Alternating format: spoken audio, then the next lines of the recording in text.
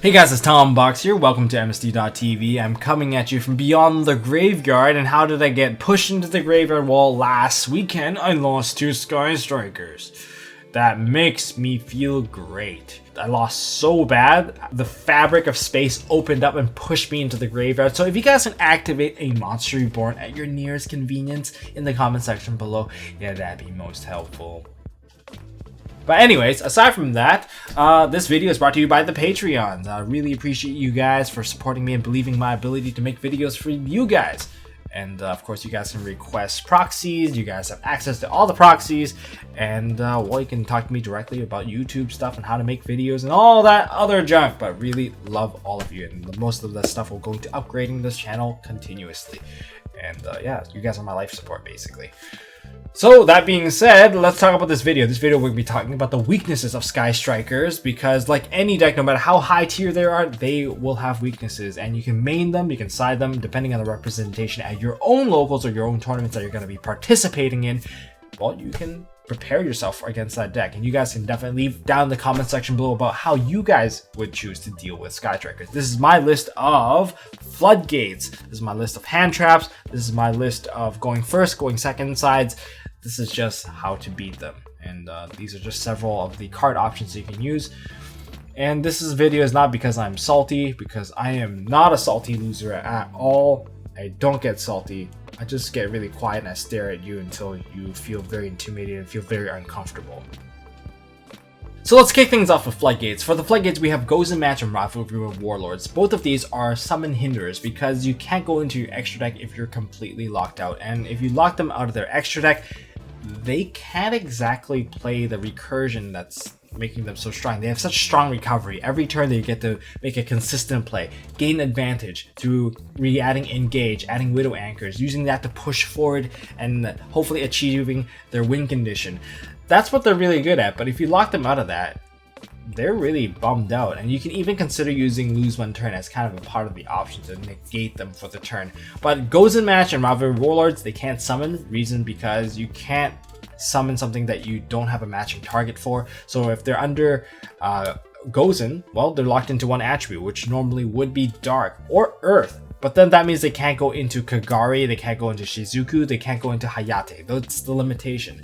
And then if they have a main monster in the main monster zone, well, guess what? They're kind of locked out of activating their spells from their hand as well. So that's a really good lockdown. Rivalry, same condition basically, except for the fact that they are warriors as a main monster from the token and the ray. But most of the stuff in the extra deck, they're all just machines, so they're kind of locked out. But one thing I want to point out is if they do run Phantom Sky Blaster, they are able to summon out Phantom Sky Blaster, go into a Nightmare Phoenix because they're all fiends, and then pop your Rivalry of Warlords. So that's a limitation that you'll have to deal with.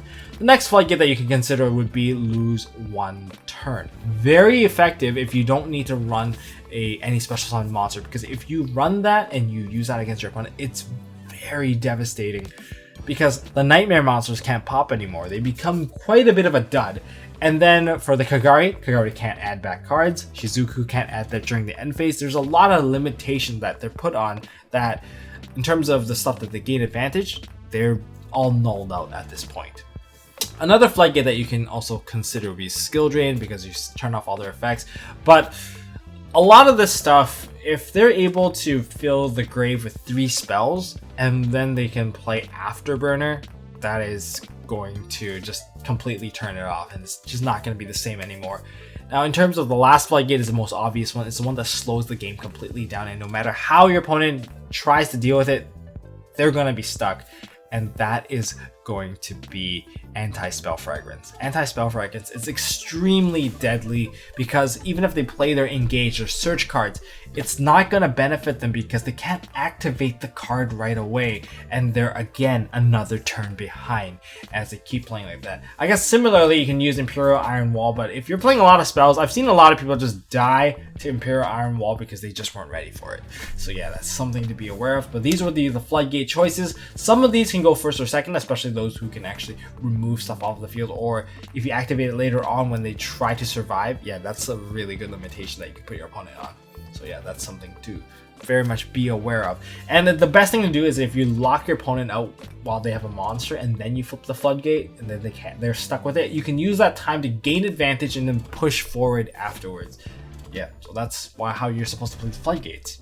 And for 3 of the hand traps that you should consider running in your build would be Ghost Reaper Winter Cherries, just to take out the Kagari. Just don't let them recur their graveyard. Once they are unable to recur stuff, the resource spent might be permanent, and they won't be able to regain that advantage in terms of tempo, in terms of card advantage. It's just harder for them to actually come back. Usually you get like 50% of the game once you take out all the Kagari, and then you just have to play around the Shizuku and beware of your life because Hayate can still just punch you and take you out for game. Yeah, you know, it really sucks about that.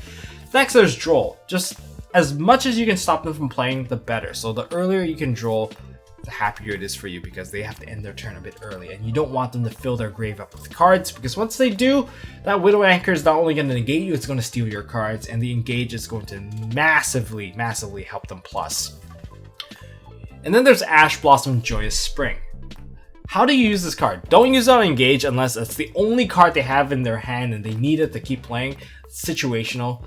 But you can use it to hit the Shizuku that's about to add an Engage and basically lock it out. It's pretty decent. You can even use the Ghost Mansion. Ghost Bell Haunted Mansion. That card's okay at stopping Kagari from adding a card from the graveyard back to the hand. That's actually pretty decent. You can even use it to stop Ray from coming back. But if you want to stop Ray from coming back, I would just suggest you to run a DD Crow. If you're not running DD Crow, you already have Call by the Grave to get rid of that card preemptively. Because no one likes to deal with that Ray. If Ray is able to come back, it just means that they can end phase Shizuku and add another card back to their hand. And it's not ideal letting them do that. So instead, you should just get rid of the one in the graveyard or use Abyss Dwell just to stun out the grave entirely. Now for going first, the sides can be a little bit slower because now you have a full turn to actually get the setup. So you can still keep the hand traps if you really want them, but the hand traps don't exactly help you combo. But if you're just gonna go with floodgates and stuff, well, be my guest. First off, Anti-Spell Fragments. Even if you can't run Anti-Spell Fragments normally because it hinders you, if you can get your full setup first and then you Anti-Spell, it's easier for you to maintain that Anti-Spell and keep your opponent down than not. And that being said, other sorts of spell-based floodgates would be ideal, like Naturia Beast shutting down all the spell cards. Beware of Ghost Ogre, of course, because they can side that in, and once they side that in, if you Ghost Ogre, they will pop it. The second thing to be aware of would be, I guess you can use Secret Village of the Spellcaster, again, to completely shut them off of spells. So you can just spell starve them. Now, in terms of shutting them down from using their effects and drawing, there's always going to be a way, and that way is called Shared Ride. If you're able to Shared Ride your opponent, well, the cards that are affected would include a Kagari, because Kagari adds a card from grave back to hand, and that is one of the draw triggers. They will have Engage. Usually Engage goes into a second Engage because they retrieve it thanks to Kagari. They have the Field Spell, and they also have Shizuku. That's 5 cards that you can potentially draw from the deck from activating a Shared Ride. So you can expect that they won't combo as hard thanks to that particular effect. Then we have Waking the Dragon.